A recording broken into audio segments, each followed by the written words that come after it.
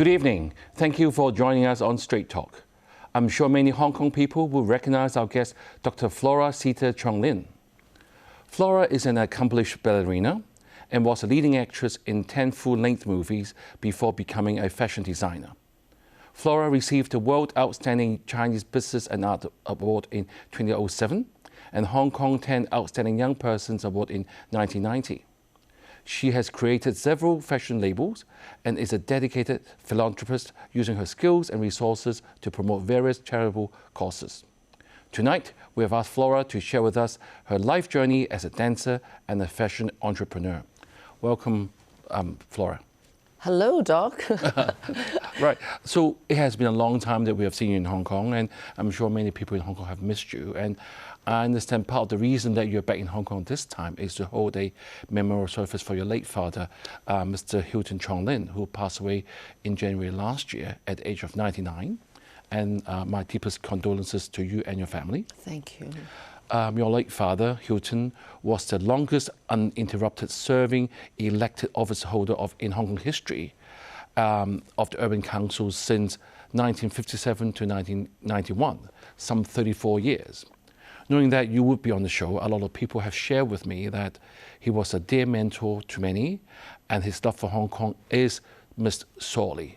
So, Flora, can you tell us a bit more about your father, especially when he was a councillor, how he stood up firmly, especially when he was a minority at that time? I think because he's from South America, he's used to being a minority and he fights for everything he believes in. And he was at an early age, he went to Harvard to study politics under Henry Kissinger. Right. So he built his strength from strength. And in Hong Kong, at the time, he was the first Chinese elected, probably government person, and who can speak very good English. His Chinese wasn't very good, but I think he believed in saving, helping, and merging all the general people and to build education. Because he had very international education from South America. He went to Beijing first and learned Chinese, Mandarin, and came to Hong Kong. He felt, wow, this is a fantastic melting pot. Can build pluralistic and very crossover styles. He always felt we are from the earth. We have no racial issues. We must become all international. So he built his life under, he built, of course, civic association, and then that's to do with helping education and also the hawkers, the general people. Well, Flora, your father was truly a legend in Hong Kong, and he was a key player in the transformation of Hong Kong to become an international financial center. I believe that he was known as the mayor of Hong Kong when he was elected in 1981 as the first Chinese chairman of the Urban Council. I mean, he has left a great legacy, but on a personal note, how has he influenced your life and also on your choice of your actual career? I think right from the start, it is all about how he groomed us, that we live from one crisis to another. That will never end. So that's normality. It's not I groom you to have a perfect life and become a ballerina. No, life is about building from scratch every day with calamities, with all sorts of crises. So when he wrote in 1962 his, his first little pamphlet book, he said that Hong Kong people are going through from one crisis to another. And we just have to use individual strength and group together lots of other people's strengths from all walks of life to overcome. Things will pass. So he actually groomed me with this mantra. Mm-hmm. So I have used that in every career I've done. It's not easy in any career, as a lady, as a woman at that time, or as a young girl. Right, you know, you have done many things. You were a ballerina, you had movies, and now fashion entrepreneur, and now you're doing your philanthropy. So what has he said to you over all these years? Because he's all been around, hasn't he? Yes. He actually believes change must be current. You must be progressive. You must be relevant. So if you change your career, he always says, you have to know what's coming next, not to repeat what's past. So what's coming next, you have to be original. You've got to have something that you have that nobody has. So then you are able to fight in the market, because it is a difficult place for everybody, because things are, the weather, the current structure, the future is changing, and you have to know how to predict. You have to know all the north, south, east, west, from all over the world, what is happening to this world. So he always told me, you have to know about politics, you have to know about the business, you have to know about all sorts of people, how people can work. So my mother's from Beijing, so I wanted to experiment more, the different structure of people. Hong Kong people are lucky, I feel, because it's only Kowloon, Hong Kong, you know, it's quite a fantastic place for the last 20 years, for me, 30 years. But China, to me, has a lot of 1,000 levels of different types of people, different ethnic groups, and it gave me much more education to use this mantra to go and experiment and learn from. So I have to put different ethnic groups together in a united piece to film or to do fashion or to... It's absolutely exciting. Right, Flora, your father was known for strongly believing that traditional Chinese values were applicable in the modern world in Hong Kong, and he strived hard to prove the East-West compatibility. So how have you continued to validate this in your own life and business, this East and West sort of issue? Well, because I was lucky enough to have gone to the Royal Ballet, so I was very frightfully English for a while, but because Hong Kong people thought we were all English people. But then when Dad started being the mayor of Hong Kong, I felt very proud to be the first Chinese to be in England, then brought everything to Hong Kong, and I joined Hong Kong Ballet because he was on the board. It was on Hong Kong Ballet Board as Urban Council, grooming, arts and culture. And therefore, I kind of feel I must continue this English. Then it was English to Hong Kong. Right. It was that crossover. But now Hong Kong became the bridge. So it's even more, we can play with. It's extreme Western and extreme Chinese to China. So I love to do things that's full of this crossover ideas. Right, you know, you just mentioned you were the first kind of person of Asian descent to study at the Royal Academy of Ballet. How old were you then? I mean, did you face any extra discrimination at that particular time? Okay, I must tell you the difference between the Royal Ballet and the Royal Academy. Right. The Royal Academy is an academic examination board. Right. So anyone can do it all over the world. It's a Commonwealth thing. All the Commonwealth countries can examine. Royal Ballet is the professional dance school. Right. So I went to the professional dance school, and that really groomed me to be, that was tough because I was the only Chinese. Did you face any discrimination at that particular time? Of course, of course. How old were you then? 9.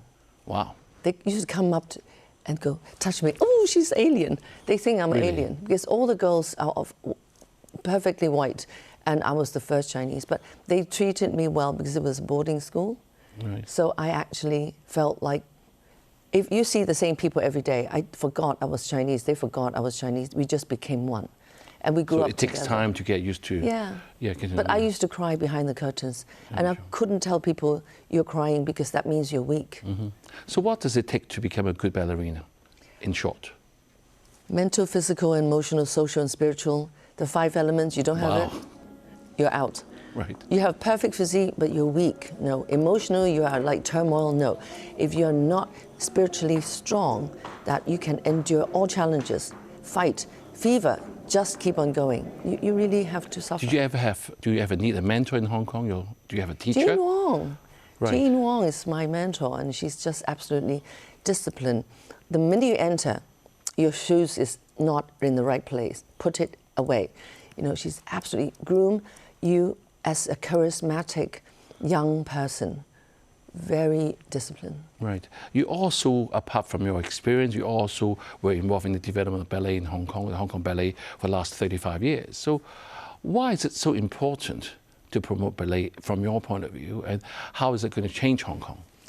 I think Hong Kong became very strong as a male and female equal city is because all the ladies had arts and culture, grooming. It started many years ago, more than 50 years ago, it's this Hong Kong ballet group. It was all the teachers got together and built students. So they discipline a lady's breeding, how you talk, how you speak, how elegant, from inside out. Then came Hong Kong Ballet as a professional dance company. So they are like the advertisement for ballerinas, they're professional. So under these two, I was with both, I am still with both, and we feel all the ladies, one lady can kind of like vibrations, give out the signal that you sit stronger, taller, talk better, always say good things, always be positive, always give love, and people will reciprocate. So therefore, I think, due to, I have to say this, all the Hong Kong ballet teachers are saints because they actually help to groom the standard of refinement in young ladies. Right. Yeah. Before we go to a break, one quick question is, I know that you love ballet, but why do you go to China? Why do you go back to mainland to help promote ballet? Why? I feel England, everyone is so well-mannered, and Hong Kong is just absolutely better. Hong Kong ladies are even more refined, I think, in so many ways. But China, right now, they really need the female grooming and breeding in international standards. But Flora, let's take a short break now. And viewers, we will be right back.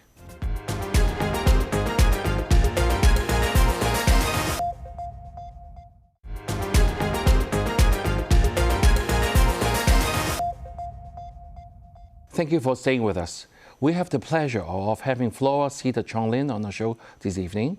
And we have been talking about her father, the legendary Hilton Cheong-Leen, and his influence on her life. She's also been telling us about the role of dance in her life and her dream to grow this area on the mainland. So Zeta, just before the break, you had briefly touched on the area of the mainland, and you said earlier in Hong Kong, ballet actually helped our ladies to be better groomed and be real ladylike. So how is your experience in mainland? I mean, are we any difference? I think so. I think I've been in China for many, many years. I can't tell you. I think it's probably more than 20, 30 years. Because Mom is from Beijing. Right. And my mother came from a very well-bred family because they play instruments. They're well-educated. At the time, pre-war, they were all university graduates. So they were skating, they were horse riding, they were driving cars. It was just normal. But I think there was a period where things changed and didn't move. So therefore, I think now to bring the whole awareness, we have to bring back the contemporary culture to keep current. And the ladies, I can say they have this command style from their parents. Like, you stand, you sit, you do this, you do that. Otherwise, it's not, you're not filial. So I think now they're beginning to voice out their opinions, because Chairman Mao said half the sky is men, half the sky is women. But actually, for you to come out just like a man, it is incorrect. So we cannot be this bossy command. There's many ways, negotiations. How do we bring up our children? How do we eat? How do we talk? How do we give space for others to give their opinion? Have you seen now ladies in the mainland actually improve with their way of living through ballet? I think they've improved through financial. They look good. Right. But the minute they start talking, or they start yelling, or they start doing things like flaunting, it's a little bit abrupt to us, where we are a little bit more respectful towards each other. Let's say that. They don't really understand that. They just think... Is it changing, though? It's changing. Through ballet, yes. Because I make my students very disciplined. Don't speak loudly. Think before you speak. If you have nothing good to say, keep your mouth, lips smiling. Right. And then just keep it in your heart and maybe discuss it. Don't gossip. Success comes from giving. Love and kindness. Otherwise, it becomes fighting. Right. Yeah. So Flora, I'm sure the viewers, until now, will feel your passion on education and your love for other people.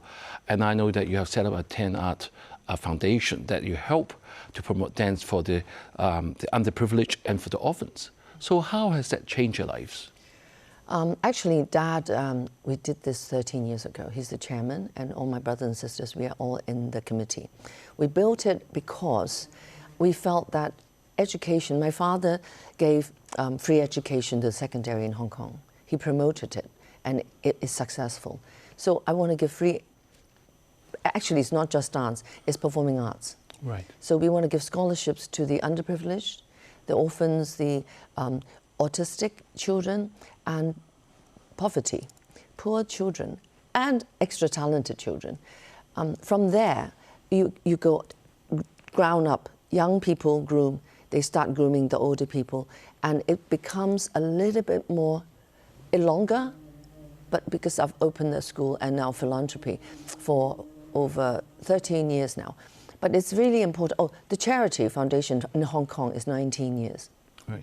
But my school is, my schools are like 12, 13 years. And I put them together so the actual paying students work with non-paying students, the well-to-do with non-well-to-do. They cross-culture, groom each other. Mm-hmm. And that will bring up from all levels. There's 1,000 levels, not just rich and poor. It's just so many gray areas in China. Right. But I think it is working. This model is working because not only teacher can influence, students watch each other. If I'm eating a 5-star lunch and you're having rice and just a bit of pickles, they share. Right. And it helps. It gives a child and enable them to be philanthropic as well. So I'm trying to build a much more important breeding house of self-grooming, helping each other instead of just command and demand you just do ballet. So this foundation builds the entire structure. We have boys too.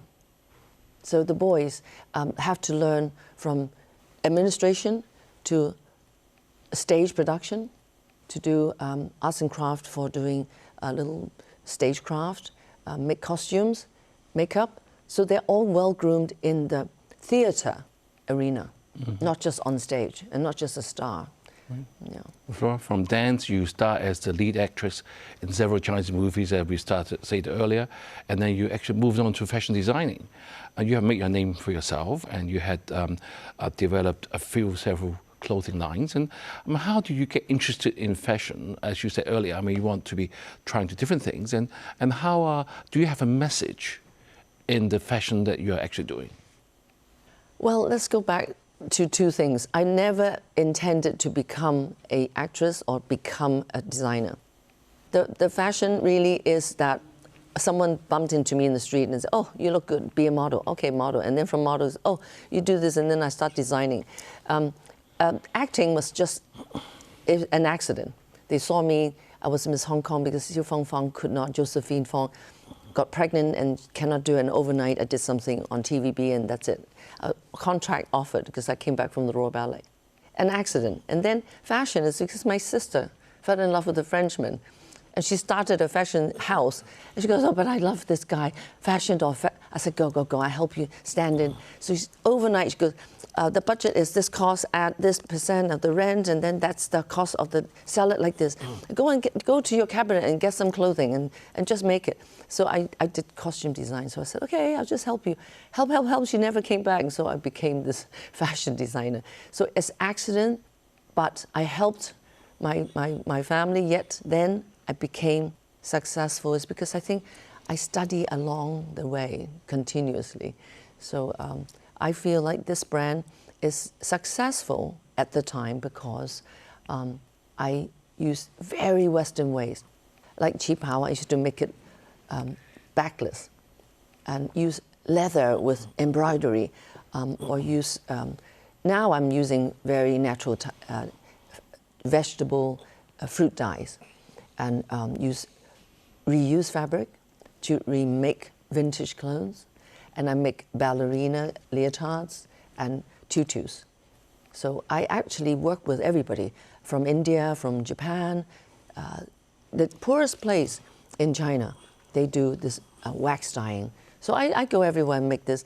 But my motto is really to save the world. I do not want to use real dye. I use vegetable dye. Right, Flora, I mean, thank you for your sharing of your feelings about passion for fashion. But what advice would you give to young, aspiring Hong Kong people who want to get into the fashion design business? Because it seems very glamorous. I mean, you look nice today. I'm sure your people, your client will be very happy to have your clothes. I mean, what would you advise the young persons? I think be current. Feel what's happening. Everyone's going IT crazy and going AI crazy. So maybe use the new technology and use new ways, find new ways of making your shapes. And you have to think of the future and not now. If you repeat another collection that is just going to open a boutique and sit there and wait for people, I think better not do it. I think better just get into marketing or doing merchandising, help big houses because they have the infrastructure. Like everything is nobody. Cars are running without people. The machines have no one there. And then the clothes, it's just like you can make it with machines. But yet, what design patterns, is it done by your hand? Design now is all electronically done. So maybe think of something original. Right. Yeah. Otherwise, it's just going to sit there as a waste. Right. Flora, we've been also talking apart from your dancing, your fashion design, a bit of acting. We're talking about the arts and culture. Do you have great passion for? How do you, in your opinion, what role does arts and culture will help to shape the identity of Hong Kong? That I think we really need a strong identity. How can we use to leverage to promote social and political change in our lives, in your opinion? I think from a dance point of view, Hong Kong is a very progressive place. We have to keep that going. Like Hong Kong Ballet, we do not just want to be the Royal Ballet or just another company doing Swan Legs and Giselles. Our director is fantastic. He crossover film to like Vogue fashion to new stories. We just did Coco Chanel. We did a Hong Kong style Romeo and Juliet about two families. I think it is about how we bring forward our accents and images. Right, Flora, So time Hong goes Kong- very fast. Sorry, we want to ask you the last question. You've been in the mainland for like 20 to 30 years, and you know there'll be more and more integration needed between Hong Kong and the mainland. What tips will you give to Hong Kong people so that they can so quickly and happily integrate into the life of mainland? I think it's not integrate. If you look at it that way, it's too slow. We must get involved. The whole buffet must include the bigger world and don't just talk about mainland. Mainland is very international now, honestly. Everyone is in there, so let's just go into the melting pot and groom ourselves as Earthling. Everything goes. Chinese and Western, same story, yin-yang. And if it goes faster, it will turn brilliantly energized. Energy needs that. Well, Flora, I'm afraid that's all the time we have. I wish perfect. we have a longer interview. We appreciate your time with us, Flora, and I'm sure your passion for ballet and fashion design has inspired many in Hong Kong and on the mainland. Your father must be proud that his legacy and can-do Hong Kong spirit lives on in you. Thank you, viewers, for tuning in, and we will see you next time.